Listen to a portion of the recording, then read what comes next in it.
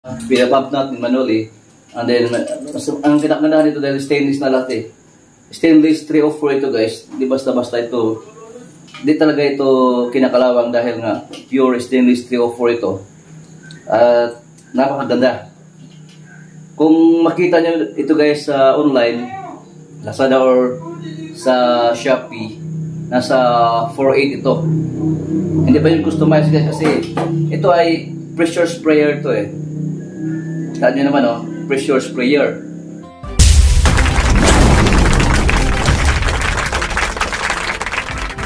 Guys, magandang araw po sa inyong lahat. Makikita ko lang sa inyo guys ang ating bagong mga dumating na mga injector pump. Ayaw ko na sana dito mag-order kasi dahil plastic siya, hindi magtagal, depende sa paggamit. Maganda siya gagamitin, kaso lang hindi siya magtatagal dahil nga plastic. Wala dito. Ganito yun guys. Ayan. Actually, medyo mura nga ito sa online. Kaso lang, mayroon ba tayong mabaguhin ito? I-customize natin ito tulad ng paglagay pa ng stainless needle. May mga party pa na customize natin. Tsaka, ayaw ko na rin sanang mag-supply nito dahil nga sa shipping guys, napakamahal. Previously, mayroon tayong mga ilang piraso nito. Nung pinapadala ko, talaga plastic na ito eh. Mga 1 kilo. Nung pinapadala ko, taka ako dahil napakamahal ng courier fee. 600 pesos. Ano lang ba ito? Almost 1 kilo yata. 1.5. Tapos yung nababayad ko dun sa courier, umabot ng 600. Bili ko pa nito. Almost, 1,000 kasi kasama na yung shipping eh. So, bita ko lang sa nag-order is 1.5. Since nakapag-commit na ako na bibigyan ko, nung hindi ko pa tinatanong doon sa courier eh. Nung pinapadala ko doon, 600 pala yung isa. So, lugi ako. Kaya hindi na sana ako nagbinta nito. Pero ako mismo kasi, ito yung ginagamit ko. Kaya bumibili pa rin ako in replacement pag manasira. Lalagyan mo na ulit, so buksan mo naman. So later on talaga, bukas sarada dito nag-leak. Kaya since pinipressure siya ng hangin, manual kasi ito guys, pinapump kasi natin to eh. Ayan, pinapump. So katagalan, dito banda nag-leak kaya hindi na siya nagpa-pump. Wala na siyang hangin. So nagre-replace na naman. So sana kung abot lang mga 6 months, at least na lang yung trabaho natin na pabilis. Yun nga, palagi tayo magre-replace nito. Dami pa rin kasing nagre-request nito. So ano na lang ito, kasi yung in-order ko ngayon, dumating is 4. So palagi ako na nagre-reserve nito for my own use. Yung mga nag-order, minsan kung mayroon akong available, 2, 3, pinipili ko lang yung nagbigyan, at least yung willing to pay sa courier dahil 1,000 plus na ito, tapos kinu-customize ko pa. So ako pa yung nagbayad ng courier, napamahal na, kaya nga tumigil ako sa pagbigay nito sa mga nag-order sa akin dahil ayun nga, para lang ako pa yung nag-aabuno. Actually, kung makabili kayo dito ng isa, titingnan nyo lang kung paano ko ginawa. So kayo na rin maghanap doon sa online para makabili kayo nito, kayo na mag-customize.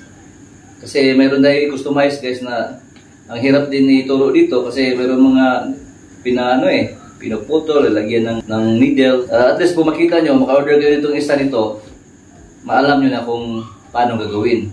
Napaka useful naman guys dahil napabilis ang ating trabaho sa pag-i-inject.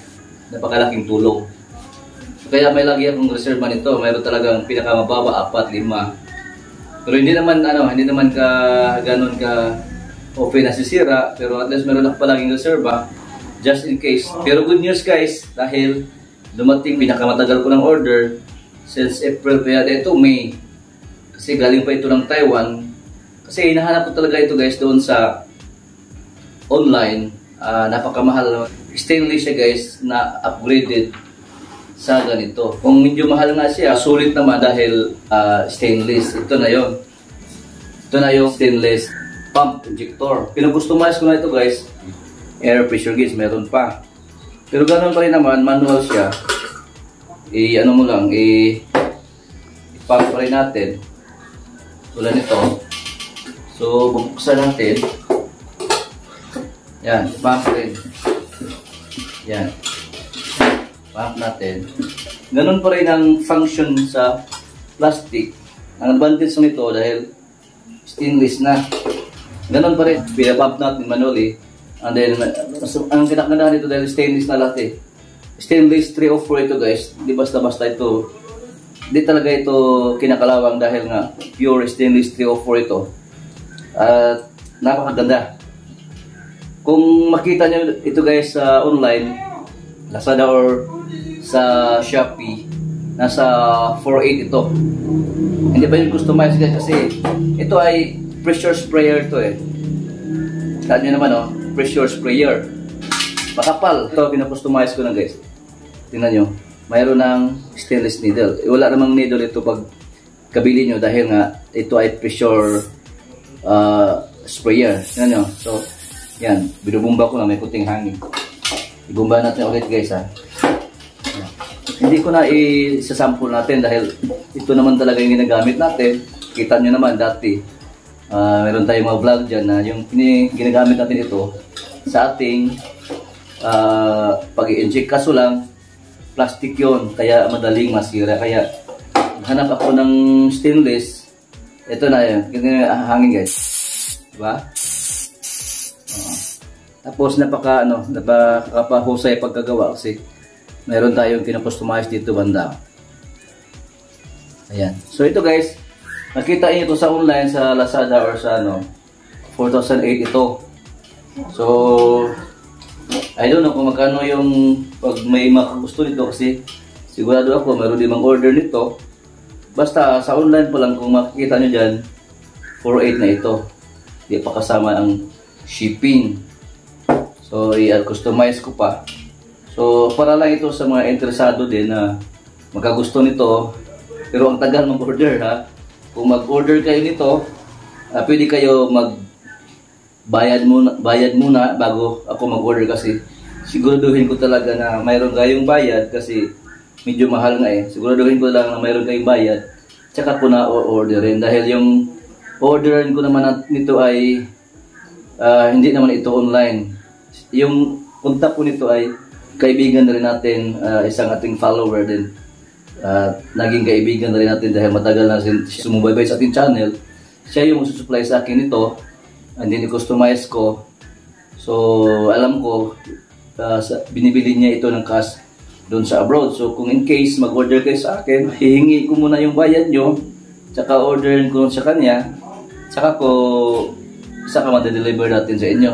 Ito nga ay matagal-tagal ito, ilang buwan na yata ito eh. I don't know kung may mas earlier pa kung papayag siya na kasi kinausap ko siya na kung in case maraming sa atin ito mga kalitsoneros na gustong mag-order, sabi niya kaya daw niya mag-supply. So kung ganon, kung magustuhan nyo, ganon yung usapan natin. You have to pay first, then kung may tiwala kayo sa akin, so tatanggapin ko yung bayad nyo, then i-order ko sa kanya kasi gusto ko ibayad na rin agad sa kanya para ma-deliver na yung unit para sa mga order nyo.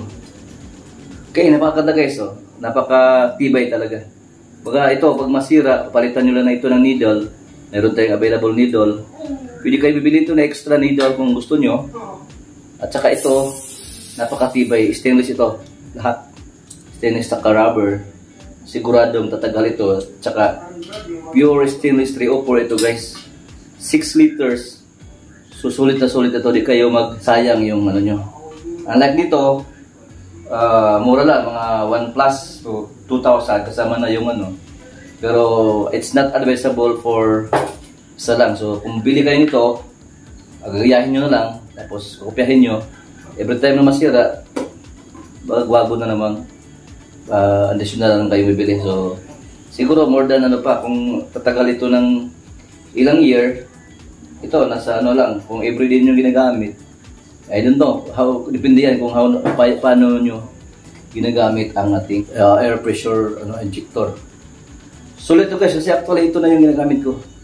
Wala naman siyang sukat, pero dahil matagal na tayo gumagamit, tansyado na natin ang ating in-inject na solusyon.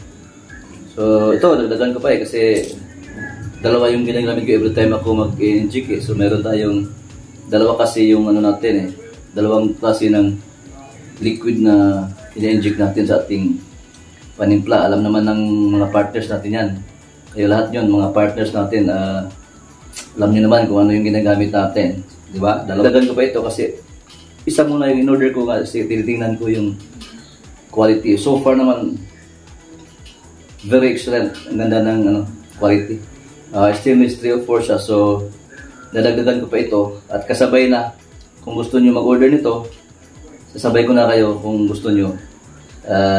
Bayad muna bago tayo mag-order.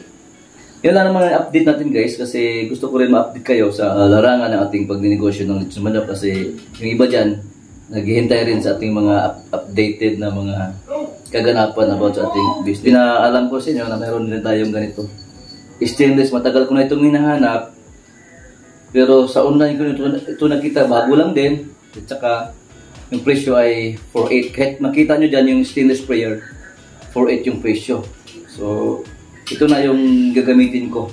Congratulations pala guys sa ating mga partners at sa mga bagong nakabili ng ating solutions. Maraming magandang feedback. Masarap daw.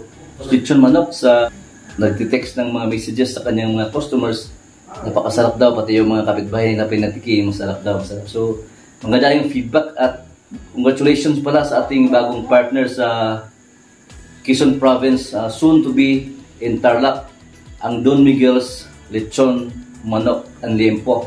It will be open next year kasi guys, si Don Miguel ngayon ay nasa ibang bansa pa at nag-avail siya sa ating package 2. Someday soon, he will be coming home, and then tuturuan po siya natin sa pagnegosyo ng ating lechon manok kasi zero knowledge na po siya, and then talaga pong interesado siya na mag-avail sa ating package. Alam niyo naman kung ano yung ibig sabihin ko sa ating package 2, duplication of our business. Kung ano mang business ko ay maging yun din ang business nyo. So naka-promo yan ngayon guys hanggang December. Mayroon tayong promo hanggang December na yan. Kasi last year nag-promo din tayo. Kasi ngayon mayroon din ng mga nagre-request kung wala ba hindi ko pa iulit i-promo. So parang ginusto ko na rin i-promo kasi para marami tayong matulungan. So sa gusto mag-avail yan sa promo until December 31 po, pwede kayo mag-avail sa ating package 2 na duplication of business. Congratulations again to Don Miguel's Lechon Manok and Liempo and Tarlac City, Quezon Province. No, in Quezon Province, I think that's Tarlac. Okay, so hindi ko pa muna i-disclose pangalan niya guys. Saka na, abangan nyo lang dyan sa Tarlac ang Don Miguel's Lechon Manok and Liempo. Okay, maraming salamat po sa inyong pagsubaybay. At huwag niyong kalimutan guys mag-subscribe, kasi alam ko marami din tayong mga viewers na hindi subscribe. Ewan ko kung nakalimutan nila mag-subscribe o nanood lang talaga sila. So sa mga baguhan lang, mag-subscribe kayo guys para updated kayo palagi sa ating mga uploaded na videos. At huwag niyong kalimutan i-like at share na rin guys para makatulong tayo sa ating mga kababayan na gusto makapag-negosyo. Dahil ang lechon manok na negosyo guys, as I said, hindi po ito saturated. Para itong guys, para kung saan yung mga bakeries, pwede kayong tatabi doon. Kumbaga, kung makita nyo, di ba, ang bakery na nasa kanto. Ganun ang mode na gagawin natin guys. Ihahatid natin ang ating negosyong lechon manok doon sa mga kantos na mga tao na nakatira sa looban. Huwag kayo matatakot na mayroon ng malalaking mga lechonan dyan. Kung mapansin nyo, ang mga malalaking lechonan na sa bayan lang. Gawin natin yung strategy ay dito tayo sa mga hindi pa sa bayan, dito bago makarating sa bayan. Ganun ang gagawin natin. Kahit doon sa mga barangays, sa mga subdivisions na marami ng tao, pwede kayong gagawa doon. Ganun ang setup ng parang sa bakery. So yung marketing strategy nito gagamitin natin dito guys ay yung number games. Yung di ba mapansin niyo yung mga outlet na yung mga lechonan na malalaki, isa lang sila sa bawat bayan. So sa atin, gagawin natin sa bawat kanto na maraming tao na sa tingin nyo ay mabubuhay tayo. So kumbaga kung sa bayan, malaking mga lechonan na kabinta sila mga 50 to 100, sa atin kahit 30 lang, at dito tayo sa mga bandang mga barangays before sa bayan, okay na rin yun. Gagawin natin 2-3 outlet na hindi mamahaling outlet. Kumbaga, just a simple outlet na makabinta tayo ng kahit 20 pataas lang yung ano natin target, kayang-kaya na yan. Buhay na po tayo. Kung mayroon kayong 2, 3, 5 outlet hanggang 10, much better kasi ito sabi ko sa inyo, this is a number game business. Kung mayroon kayong isang outlet na nakabinta ng 30 to 50 pieces na lechon manok bawat outlet, so 50. Kung mayroon kayong 10 outlet, that's 500 a day. Kung mayroon kayong 5, 250 a day. Kung mayroon 3, mayroon kayong 150. So reminder guys, as I said, bawat manok mayroon tayong net na 70 pesos lang palagi. Makompute naman natin yan. Gawin nyo talaga yan na mayroon tayong net 70 pesos bawat manok para yung negosyo natin ay tuloy-tuloy. Hindi yan gross, net ang ating target. So mayroon kang 50 pieces or 30 pieces lang na manok mabinta sa isang outlet mo na tag 70 pesos net, mayroon ka ng 2,100 pesos a day. That's average or conservative figure. And then times 30 days, 2,1 times 30, that's 60,000. If meron kayong 5 outlet, that's 300,000. Meron lang kayong 2, that's 120,000. Sa isang outlet lang guys, pa meron kayong 50 or 60,000, that's good enough para ka rin manager dito na trabaho sa bansa natin. Manager ng bangko, manager ng malaking company, that's 30 to 50,000 yung rate. Diba? So, sa tingin nyo kung okay, chat nyo lang ako, message me in my messenger and my phone number there in the screen. Tingnan nyo lang dyan kung paano nyo ako kontakin. Okay, maraming salamat po at huwag kalimutan ulit mag-subscribe. At sa mga technical guys, sa mga paano lulutuin, paano paggawa, paano pagluto, paano pag-process ng lechon manok, huwag kalimutan i-subscribe ang channel ni Madam Rax. Nakikita nyo doon ang mga paraan or mga technical about sa lechon manok business. Doon natin ina-upload sa channel ni Madam Rax Farm. Okay, maraming salamat po at magandang gabi.